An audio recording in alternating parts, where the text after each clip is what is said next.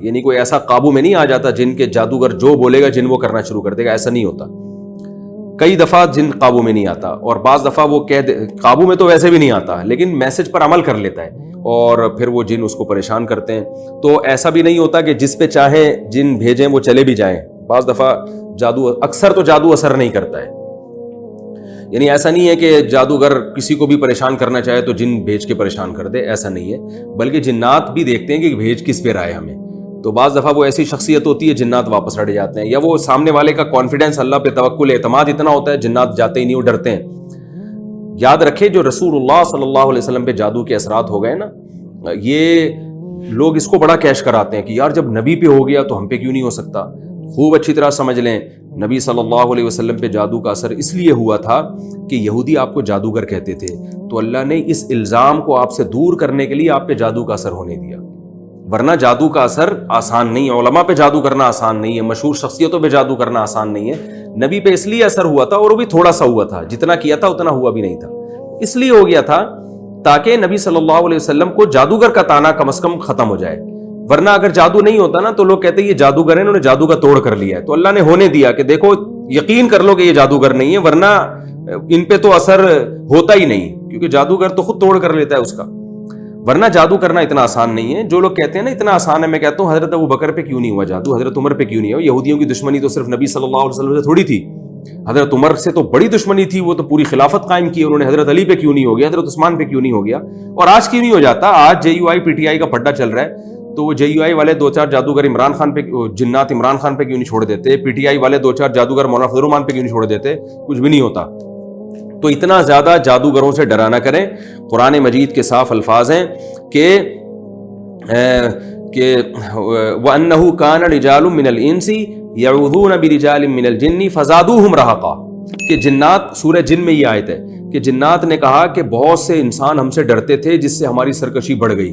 تو پتہ یہ چلا کہ جو لوگ جنات اور جادو سے زیادہ ڈرتے ہیں, جنات اور جادو اثر بھی انہی پہ کرتا ہے. جن میں کانفیڈنس ہوتا ہے ڈرتے نہیں ہیں, ان پہ اثر نہیں ہوتا. خالد بن ولید رضی اللہ تعالیٰ عنہ ایک درخت کو گرانے گئے تھے, اس پہ جنات تھے, تو وہ جو ہے نا ایسے وہ چڑیل بن کے ان کے اوپر حملہ کرنے لگی. خالد بن ولید نے ایک تلوار گھما کے اس کا جو ہے نا وہ ستیہ ناش کر دیا. اب کوئی عام آدمی جاتا وہ تو اور ڈر جاتا, پناہ مانگنے لگتا. تو جنات سے زیادہ ڈرا ورا نہ کریں اور نہ جادوگروں سے ڈرا کریں. آپ دیکھ لو یہ جو جادوگر بیٹھے ہوئے ہوتے ہیں, خون پی رہے ہیں اور گوبر شوبر رکھا ہوا ہے وہ پتہ نہیں گن میں, اور وہ فلیتے پلیتے جلا رہے ہیں, لوگ ان سے بڑے عقیدت مند ہوتے ہیں. جب پولیس چھاپا مارتی ہے کیسے بھاگتے ہیں یہ, کیونکہ پولیس جب جاتی ہے نا کانفیڈنس کے ساتھ, وہ ڈرتی نہیں ہے, تو اس وقت ان کے جنات کہاں چلے جاتے ہیں. تو اس لیے ان جادوگروں سے بالکل نہ ڈریں. اور یہ اگر کہنا میں یہ کر دوں گا وہ کر دوں گا, میرے بیان سن کے بہت سے لوگ الحمدللہ انہوں نے ڈرنا چھوڑ دیا. تو ایک جادوگر نے دھمکی دی کل 24 گھنٹے میں تیرے ساتھ یہ ہو جائے گا. وہ لڑکے کا میرے پاس فون آیا, میں نے کہا اگر تو ڈرے گا تو ہو جائے گا, یاد رکھنا, نہیں ڈرے گا تو کچھ بھی نہیں ہوگا. اور اس جادوگر کو بول لے بھائی تو ڈبل کر دے میرے ساتھ نقصان نہ. تو یہی ہوا, 24 گھنٹے گزر گئے, کچھ بھی نہیں ہوا. تو یہ جادوگر لوگوں کو زیادہ فری نہ کرایا کریں. لیکن بہرحال جو اس طرح کے لوگ ہوتے ہیں ان پہ جادو اثر کرتا ہے, جو ان چیزوں پہ زیادہ یقین کرتے ہیں. اور احتیاط کا تقاضا بہرحال یہی ہے کہ رقیہ شرعیہ کا اہتمام کیا جائے تاکہ یہ اثر بھی, اگر اس کا امکان بھی ختم ہو جائے. وہی رقیہ ہے جو نبی صلی اللہ علیہ وسلم نے بتایا, سورہ فلق سورہ ناس رات کو اپنے اوپر پڑھ کے دم کرنا چاہیے, اپنے بچوں پہ دم کرنا چاہیے. اسی طرح دعا سکھائی ہے نبی صلی اللہ علیہ وسلم نے, اعوذ بکلمات اللہ تامہ من کل شیطان وہامہ ومن کل عین لامہ. اس دعا کو پڑھ کے اپنے اوپر بھی دم کرنا چاہیے, بچوں پہ بھی. رات کو آیت الکرسی پڑھنی چاہیے سونے سے پہلے. تو یہ چیزوں کا اہتمام کریں گے انشاءاللہ اثر نہیں ہوگا. تو یہ میں نے 2 قسمیں آپ کو بتائی ہیں جادو کی, ایک جنات کے ذریعے اور ایک جو شعبدے بازی ہے. اور یہ بات خوب اچھی طرح سمجھ لیں, علماء نے یہ بات لکھی ہے, میں نے حوالوں کے ساتھ یہ بات کی ہے. بعض دفعہ یہ جو شعبدے بازی ہے, مسمرزم کیا جاتا ہے, بعض دفعہ آپ کے دماغ کو پڑھا جاتا ہے, تو وہ بھی کیا کرتے ہیں, یہ بھی جادو کی ایک قسم ہے کہ اسباب مخفی ہوتے ہیں لیکن کچھ کام ایسا ہو رہا ہے جس پہ آپ حیران ہوتے ہیں. بعض دفعہ یہ کیا جاتا ہے, آپ کو خاص عمل دیا جاتا ہے, آپ اس عمل میں مشغول ہوتے ہیں آپ کی سوچ مرتکز ہو جاتی ہے, تو اس سے جس نے آپ کو وہ عمل دیا ہے نا وہ آپ کے دماغ پہ اثر ڈال دیتا ہے. پھر میں نے اکثر ایک واقعہ اس کا میں اکثر سناتا ہوں. ایک عامل نے کیا کیا, میاں بیوی کے اولاد نہیں ہو رہی تھی, اس نے میاں بیوی کو بلایا اور ایک ماحول بنایا. اس عامل نے پھر ہمیں خود بتایا کہ میں اس طرح کرتا ہوں, اس سے نا ان کے ذہن کو میں مسخر کر لیتا ہوں. تو اس عامل نے کہا ان میاں بیوی کو کہ اذا زلزلت الارض زلزالہا, یہ پڑھنا شروع کرو. اب انہوں نے قرآن پڑھنا شروع کیا, بار بار پڑھ رہے ہیں. اس نے اندھیرا کر دیا, اور میاں بیوی سے کہا دونوں اپنے جو ہے نا وہ عجیب سے ان سے عمل کروائے نا. میں اس ایسے بےہودہ اعمال کروائے کہ میں اس کو اپنی ریکارڈنگ میں نہیں لانا چاہتا, جس سے ان کو یہ نا ان کو ایک ذہن میں یہ آتا ہے کہ پتہ نہیں کچھ ہونے والا ہے. یعنی ایسے عجیب اعمال کروائے جاتے ہیں نا جس سے وہ لگنے لگے وہ بیٹا کچھ ہونے والا ہے ہمارے ساتھ. تو اس سے کیا ہوتا ہے کہ وہ روب میں آ جاتے ہیں, ایک مسخر ہو جاتا ہے ان کا دماغ. اور اذا زلزلت الارض زلزالہا, اذا زلزلت الارض زلزالہا, قرآن پڑھانا شروع کیا. اور ہوتے ہوتے کیا ہوا ہے کہ پھر ایک دم ان کے سامنے ایک مٹکا آ کے گرا ہے. وہ مٹکا ٹوٹا ہے, اس میں پتلے, اور اس میں میاں بیوی کے پتلے, اور اس میں سوئیاں لگی ہوئی ہیں, اور وہ مٹکا بکھر گیا. اور اس عامل نے کہا دیکھو ماشاءاللہ مبارک ہو, یہ تم لوگوں پہ اتنا خطرناک جادو ہوا تھا, آج یہ جادو میں نے توڑ دیا ہے.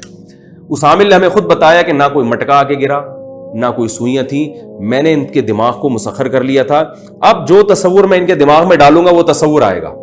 تو ہم نے پوچھا یہ مسخر کیسے کیا؟ اس نے کہا کہ ان کو میں نے جو سورہ زلزال پڑھائی ہے نا, اس کا کوئی اثر نہیں ہے, بس ان کو یہ لگا کہ کچھ ہو رہا ہے. اس لیے میں نے بیان میں یہ دعویٰ کیا تھا بعض دفعہ قرآن سے بھی جادو کیا جاتا ہے, لیکن لوگوں نے میرا بڑا مذاق اڑایا تھا اس پہ کہ قرآن کی طرف جادو کی نسبت کر دی. تو یاد رکھیں وہ جو قرآن سے جادو کیا جاتا ہے وہ اس کی وجہ یہ ہوتی ہے کہ وہ آیتیں آپ سے پڑھوا کر نا آپ کو کی سوچ کو مرتکز کیا جاتا ہے. ہندو لوگ وہ منتر کے ذریعے ایک خاص منتر دے دیں گے, وہ پڑھنا شروع کر دو گے آپ. اور جو عامل لوگ ہیں وہ روحانی ٹوپی ڈرامے جو ہیں وہ روحانیت کے نام پہ وہ قرآن کی آیتیں میں لگا دیتے ہیں آپ کو, تاکہ آپ سمجھے بڑا نیک آدمی ہے. مقصد قرآن نہیں ہوتا, مقصد آپ کی سوچ کو مرتکز کرنا ہوتا ہے. تو وہ قرآن سے بھی ہو جاتی ہے, وہ مخصوص کلمات سے بھی ہو جاتی ہے, بس وہ ایسے ہونے چاہیے کہ آپ کو لگے کچھ ہو رہا ہے. تو جب آپ کو لگنے لگتا ہے نا کچھ ہو رہا ہے, تو پھر وہ جو آپ کے دماغ میں خیال ڈالے گا وہ بیٹھ جائے گا. اور جس کو لگے کچھ بھی نہیں ہو رہا, نارمل ہے, وہ پوری ایڑی چوٹی کا زور لگا دے. ہم نے اسے کہا یار ہمارے سامنے مٹکا توڑ کے دکھاؤ. اس نے کہا نہیں ہو سکتا. اس نے کہا آپ کے دماغ کو نہیں مسخر کر سکتا میں. تو اس لیے یاد رکھیں بعض قرآنک سیڈیز ایسی ہیں جن میں قرآن کی مخصوص آیتیں آپ سنتے ہیں, آپ کو ایسا لگتا ہے کچھ ہو رہا ہے, آپ اس نیت سے سنتے ہیں میرے جادو کا علاج ہو جائے.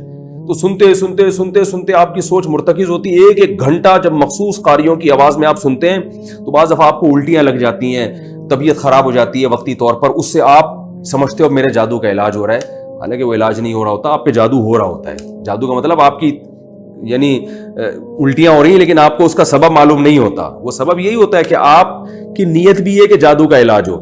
آپ سمجھ رہے ہوتے ہیں کہ ہو رہا ہے, آپ سمجھتے ہیں کہ میرے اندر جنات ہیں, حالانکہ کچھ بھی نہیں ہوتا. آپ سمجھتے ہیں میرے اندر جنات ہیں, اب میں یہ سورہ رحمان اتنی دفعہ اتنے غور سے بار بار ایک خاص فریکوینسی کے ساتھ سنوں گا تو وہ جنات نکلنا شروع ہوں گے. تو جب 1 گھنٹہ 1.5 گھنٹہ آپ روزانہ سنتے ہیں تو وہ نکلتے کچھ بھی نہیں ہے. آپ کی ایک دم طبیعت خراب ہونا شروع ہوتی ہے, پھر الٹیاں ہوتی ہیں. جب الٹیاں ہوں گی تو آدمی ریلیکس ہو ہی جاتا ہے خود بخود ہی, تو وہ سمجھتا ہے ہلکا ہو جاتا ہے, ہاں جنات نکل گئے. ایسا کچھ نہیں ہے. تو اس لیے یہ اس کا بھی آپ بیدار رہیں. بہرحال لیکن عام طور پر قرآن سے جادو کا علاج ہوتا ہے. ویسے آپ گھر میں سورہ رحمان کی تلاوت کریں گے یا سنیں گے نارملی تو اس سے فائدہ ہوگا, لیکن یہ جو مخصوص سیڈیاں آ رہی ہیں نا آج کل, ان سے آپ ہوشیار رہیں. اس میں خاص فریکوینسی کے ساتھ جب یہ عمل ہوتا ہے تو پھر فائدے کے بجائے نقصان ہوتا ہے, لوگ اس سے دھوکے میں آ جاتے ہیں. ورنہ ہم خود لوگوں کو بتاتے ہیں جن پہ جادو ہے جن ہے, ہم خود ان کو بتاتے ہیں آپ یہ سورت پڑھا کریں, اتنی دفعہ پڑھا کریں, یا یہ سورت سنا کریں. جب گھر میں قرآن کی تلاوت لگے گی تو اس کی برکتیں ہوں گی انشاءاللہ, جنات بھاگیں گے. آپ صلی اللہ علیہ وسلم نے سورہ آیت الکرسی پڑھنے کا حکم دیا, سورہ بقرہ کی آخری آیتیں پڑھنے کا حکم دیا.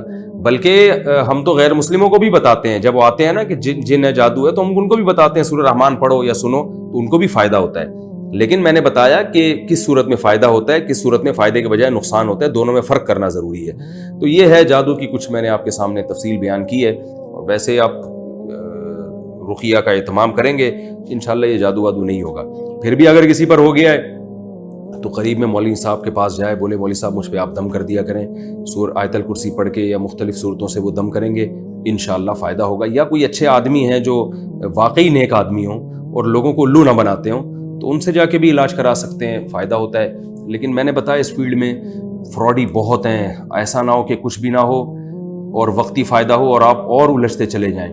ایسے کئی کیسز سامنے آئے کہ ایک مریض تھا, وہ علاج کرانا شروع کیا, وہ ابھی ٹھیک ہوا نہیں ہوا, لیکن اس کے ابا کو بھی شروع ہو گیا, اس کی نانی کو بھی شروع ہو گیا, پورا خاندان لپیٹ میں آ جاتا ہے. تو دواؤں پہ لکھا ہوتا ہے تمام دوائیں بچوں کی پہنچ سے دور رکھیں. تو میں بھی آپ سے کہتا ہوں کہ تمام بچے ان عاملوں کی پہنچ سے دور رکھیں آپ.